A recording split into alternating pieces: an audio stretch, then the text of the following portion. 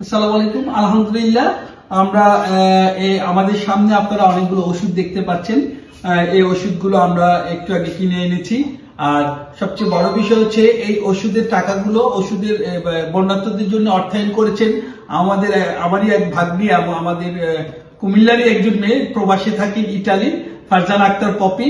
উনি আমাদেরকে টাকা দিয়েছেন, বলেছেন মামা যেভাবে পারো, আমি তো দেশে নাই, তুমি আমাদেরকে এই ত্রাণের অর্থগুলো বিতরণ করো। তখন আমরা সিদ্ধান্ত নিলাম যে কি করা যায়। তখন আমি রকির সাথে কথা বললাম। রকি আমার কলিগ, রকি আমাকে সিদ্ধান্ত দিল যে ওষুধ কেনা হোক। রকি, আমরা কেন ওষুধ দিচ্ছি একটু বলো।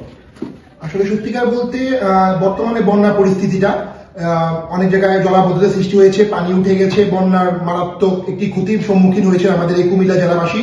কিন্তু বন্যা পরবর্তী পরিস্থিতিতে বিভিন্ন রোগের প্রাদুর্ভাব হবে এবং বর্তমানে এখন হচ্ছে, যেহেতু এখন বৃষ্টি হচ্ছে না, কিন্তু মানুষ বন্যার কবলিত স্থানের মানুষ সবাই দেখা যাচ্ছে বন্যার পানিতে ক্ষতিগ্রস্ত হয়েছে। বন্যার পানিতে তাদের শরীরে লেগেছে, তাদের বিভিন্ন রকম অসুখের সম্মুখীন হতে পারে। কারণ ডায়রিয়া, বাচ্চাদের সর্দি, জ্বর, কাশি, অ্যালার্জি এই ধরনের অসুখগুলি সাধারণত হয়ে থাকে। তো সেই জন্য আমরা ডাক্তারের পরামর্শে যে ওষুধগুলি দিতে পারবো, ঠিক এমন কিছু ওষুধ আমরা এখানে এসেছি।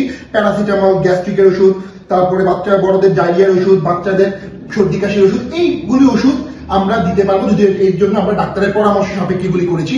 বা অ্যালার্জি জনিত যে রোগের ওষুধগুলি আছে সেগুলি আমরা সরাসরি দিচ্ছি না, কারণ সেগুলো রোগীর অবস্থা বুঝে ডাক্তারের পরামর্শে দিতে হবে। তাই যেগুলো দেওয়া যাবে সবার জন্য সেই ওষুধের ব্যবস্থা করেছি। আমরা এই ওষুধগুলি ধাপে ধাপে বিভিন্ন স্তরে পৌঁছাবো। এখন আমরা আমাদের সংগ্রহশালায় এরকম অনেকগুলি ওষুধ সংগ্রহ করছি, যেগুলি আমরা বন্যার্থ যারা বন্যা কবলিত আছে, আশ্রয় কেন্দ্রে আছে, বা যারা পরবর্তীতে ঘরে ফিরে যাবে তাদের মাঝে এগুলি বন্টন করার জন্য উদ্দেশ্যে আমরা এই ওষুধগুলি সংগ্রহ করছি। ধন্যবাদ। প্রিয় দর্শক, এই ছিল আসলে মানুষের পাশে মানুষ, মানুষের জন্যই মানুষ। আমরা বন্যার্থদের আগাম সতর্কতা হিসেবে ওষুধ ক্রয় করছি। ধন্যবাদ আমার মামা ফারজানা আক্তার পপিকে, সুদূর প্রবাস থেকে ইটালি থেকে টাকা পাঠিয়েছেন বন্যার্থদের জন্য।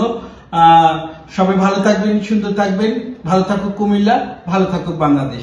আসসালামু আলাইকুম।